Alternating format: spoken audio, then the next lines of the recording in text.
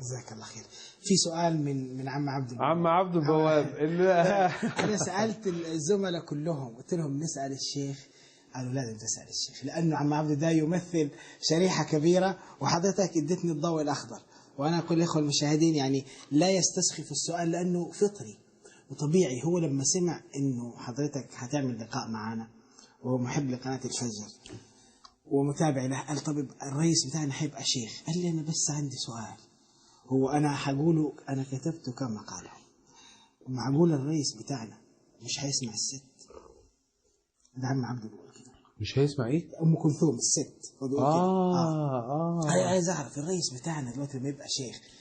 حضروا لي عم عبد بصراحه.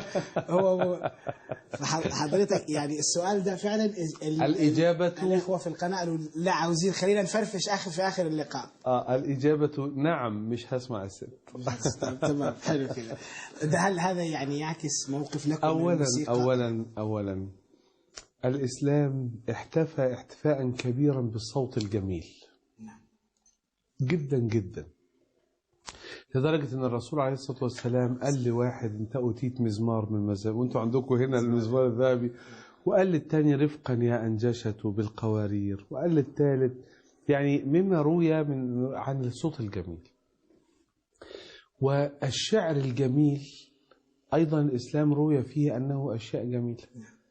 خلاص يبقى إذا الصوت الجميل والشعر الجميل، طب ما اللي مش هتسمع؟ لأنه مش هقدر أقول له، مش هقدر أنا أقعد أسمع ونروح بعيد وحدينا ونغيب عن الوجود ومش عارف نعمل إيه، مش هسمع الكلام ده. فأنا يعني الأغاني التي تداعب خواطر الشباب فتجعلهم يعني يغرقون في أمور تخدر قواهم، دي يعني ما في. إنما المبدأ صوت جميل وشعر جميل فاضل معاه كلمة نظيفة. لو وجدت هذه الثلاثية أسمع، إنما كلمة غير نظيفة أسمع إزاي؟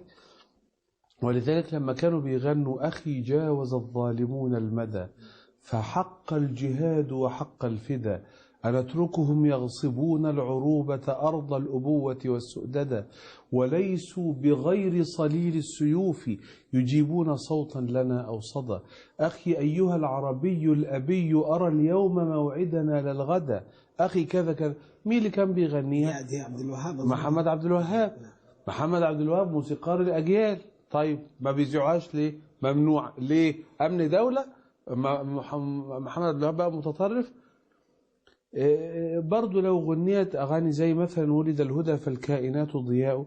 إنما الفكرة في أنه لا طبعا مع التحفظ بشأن من يريد أن يلزم نفسه لا يقع في الموسيقى، دي مسألة تانية برضو لا شك أنها لازم يعني رأيكم الفقهي في موضوع لا دي مسألة شخصية أصلا دلوقتي مش عايز أدخل في مسائل، إنما أنا بس بكلم حضرتك الآن في مسألة إنه هو بيقول لي مش هتسمع الست. لا يا سيدي مش هسمع الست، والست مش لو أنا عشان أنجح في الانتخابات لازم أسمع الست مش هسمع الست برضه.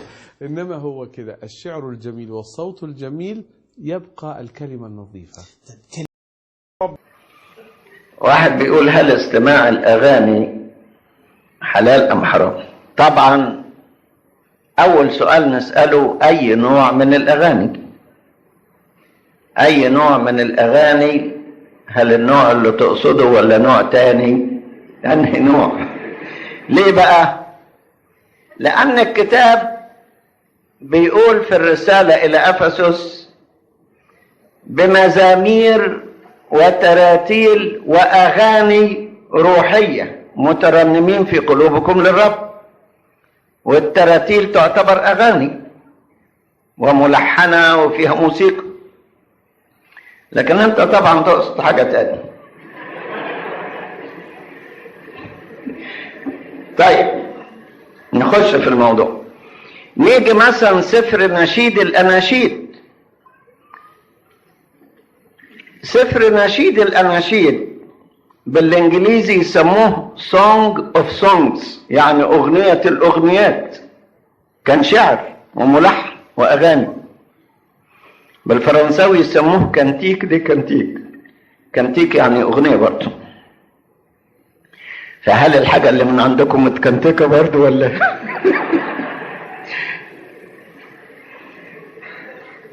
الأغاني الروحية ما فيهاش غلط، لكن طبعا أنت تقصد حاجة تانية، أخش معاك حاجة تانية.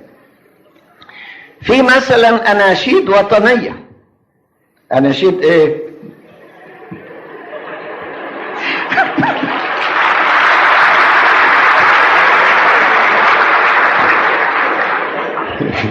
انتوا لاقيني بلف حواليك ولا ايه؟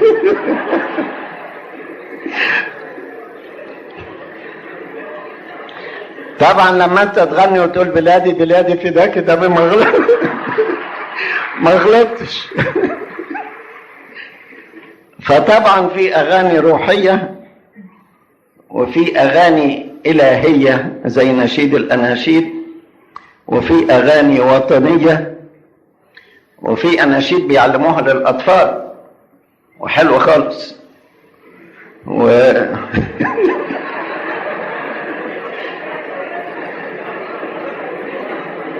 مش فيه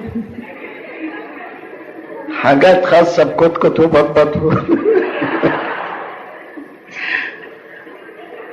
لكن الاغاني اللي انت تقصدها الاغاني يعني تقصد العاطفيه يعني، مش كده؟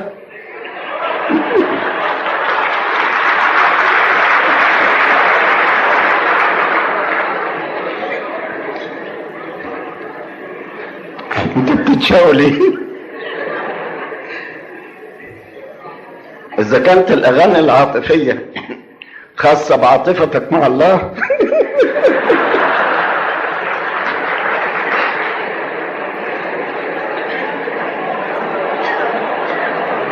ان كنت تقصد حاجة تانية ما اعرفهاش يبقى غلط.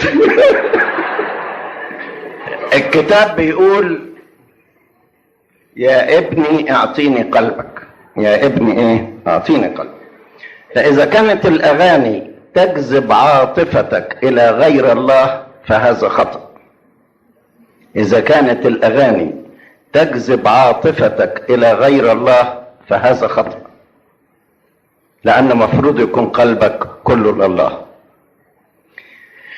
إذا كانت الأغاني تؤثر فيك تأثيرا جسدانيا ومفروض أنك أنت تسلك بالروح وليس حسب الجسد فيبقى خطأ.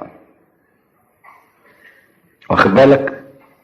إذا كانت الأغاني تجذب عاطفتك بعيدا عن الله فهذا خطأ، لأن عاطفتك مفروض تكون لربنا. يا ابني اعطيني قلبك، ومش بس قال قلبك، وقال تحب الرب إلهك من كل قلبك، مش قلبك بس، من كل قلبك. فإذا كانت الأغاني تحول جزء من قلبك بعيد عن ربنا فده خطأ. إن كانت الأغاني تمشيك حسب الجسد، والذين يسيرون حسب الجسد يهلكون، فهذا أيضا إيه؟ خطأ. واضحة؟